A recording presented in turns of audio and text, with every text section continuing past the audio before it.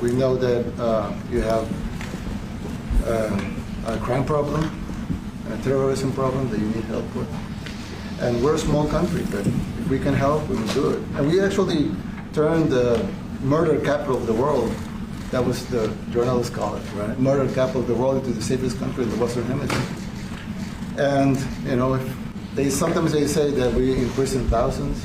I like to say that we actually liberated millions. Good. You know, like, It's very good. Who gave him that line? Do you think I can use that? Yes. And in fact, Mr. President, you have 350 million people to liberate. Yes. But to liberate 350 million people, you have to imprison some. You know, that's the way it works, right? You cannot just, free the criminals and think crime is going to go down magically. You have to imprison them so you can liberate 350 million Americans that are asking for the end of crime. I love that. I love that line. It's not about how many people we incarcerate. It's about how many people we liberate. Exactly. It's not about locking up violent criminals. Isn't about them. It's about them, but it's not about them. We don't do it just because they're violent. Oh no, there's other things we could do in that instance. No, what we're doing is we're providing safety and security so that life can be viable for all of the millions of people that aren't violent, that aren't members of these criminal organizations, that aren't members of foreign terrorist organizations like Tren de Aragua, that aren't members of violent organizations like MS-13, which obviously was infested in El Salvador as well as others. This is why Bukele was elected. This is why President Trump was elected. And not to mention the violent ones, but also we have to talk about the economic criminals. The economic criminals are every single criminal, illegal alien in this country that has come here depressing wages, rising prices on housing, putting pressure on rent for our citizens, for our people, putting pressure on the education system, putting pressure on, by the way, also the healthcare system, which nobody, I've been talking about that. I've literally been talking about that for 20 years. Okay, the hospital that I was born in was torn down because my hometown decided to turn into a sanctuary city. And I wrote an op-ed to my local paper, the Norristown Times-Herald. Probably never, it was like a letter to the editor kind of thing, just like a kid who, lives in the area. And I said, if you do this, it's going to wreck our hotel, our hospital. It's going to wreck our hospital. It's going to tear it down. It's going to destroy it. And they called me a racist. Well, guess what? That hospital, Montgomery Hospital, on Powell Street, is now a vacant lot. The hospital where I was born was knocked down. Why? Because illegals would flood into the hospital and use that as their primary source of health care. And they can't be turned away at the emergency room because of federal law. And so it put a massive strain on the hospital. So the new company came in, repurchased the hospital, and they said, let's move it down the road a couple of miles. We don't want it here. Now, higher building was raised. But guess what? We defeated racism. Yay! We defeated racism. No, it's not about that. It's about what these people do. It's about the path and swath of destruction in their wake. And they don't care. They don't care how many communities, how many towns, how many civilizations they will destroy. So it's not about, again, it's not about how many people get locked up. It's about how many people are kept safe, how many people are protected, how many communities are thriving because of your policies. Why don't you judge me based on that, not judge me based on the things that I did to provide that to you?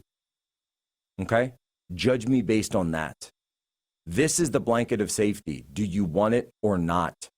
Because if you take off that blanket, that's when the really bad things start happening. The really, really bad things start happening. You see Luigi's out there? How many times have I come on this program and warned about that? And now we see them firing off all over the place. From Harrisburg to Wisconsin. They're all over. Another one up in Butler. Talked about it earlier. Yeah. That's when the really crazy stuff starts. So folks, when it comes to protecting and providing law and order, I know I'm talking about illegal aliens, and I'm talking about this, but it's bigger. This is a bigger concept, what Bukele is talking about here. And yes, he's exactly right, by the way. And Stephen Miller is exactly right on these cases. They say, oh, you have to bring him back. So what do you mean bring him back? He's not a citizen. He has no right to be in our country. These individuals who have been deported, so you didn't deport him the right way. Say, excuse me? He has no legal right to be in this country. If you don't have a legal right to be in this country, you're not allowed to be here. I don't care what a judge says. You can't change that.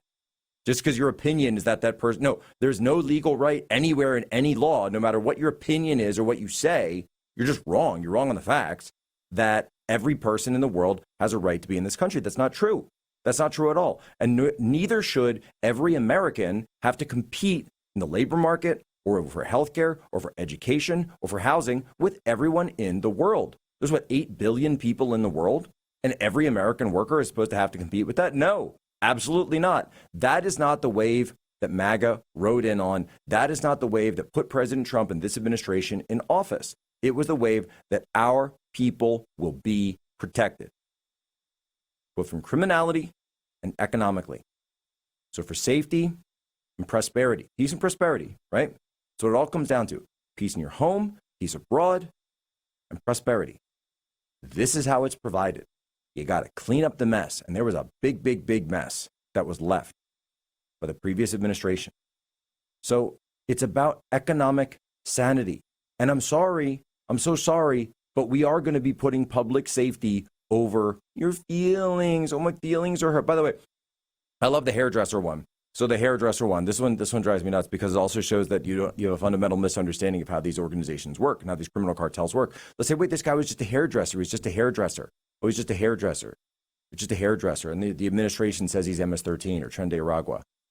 Have you never heard of a front operation? Do you have any base? Have you literally just watched one episode of Breaking Bad? I think there's actually a couple episodes of Breaking Bad where they use a salon to launder some of the drug money at one point. Literally, he's just a hairdresser. Oh, he's just a hairdresser. Oh, he's just running a car wash too, right? Guys, think for 2 seconds how these operations actually work. And it turns out that the real world actually doesn't operate like some little Hollywood movie or something, right? It's reality. So yeah, there are drug front operations. You see them all over in the DC area, by the way. There are areas, PG County and others, where they'll use Chinese restaurants as a front. They'll use, like I said, salons. It's any really big cash business. It's any business that has a lot of cash running through. That's a great opportunity for the cartels, for any drug organization, any narco organization to use as a front. And again, it's all those people watch Breaking Bad, and it's oh, we're going to pay attention to characters. And, oh, Walt did this. And, oh, the wife is sleeping with Ted, blah, blah, to get back at him and all that. It's okay, but did you actually understand how any of it worked? No, you didn't care. You didn't care at all. And by the way, that's a lot of GoFundMe, by the way. It works the exact same way. If you look at the crowdfund operation that they use for money laundering, it's clearly how Act Blue works, as James O'Keefe has demonstrated. So if you just watch the show and actually apply some of that stuff to real life, or The Wire, that at one of these shows that actually shows you how criminal organizations work, guess what? That is how they work, by and large, right? And so, oh, he's just a hairdresser. He's just spare me. I think actually they use a strip club in The Wire as one of the front organizations, and they use real estate. And they use all sorts of things because guess what? That's where the money goes. And so, yes, you need guys who don't look like they're quote unquote members of the gang. That's the point. That's how the gang operates right in your own towns, right in your own cities, right under your nose. You might be driving by it every single day and not realize that store at the end of the drive, at the end of the mini mall, at the end of the strip mall, is actually a front operation for MS-13 or Tren de Aragua. And what President Trump and his administration are doing is giving you your country back.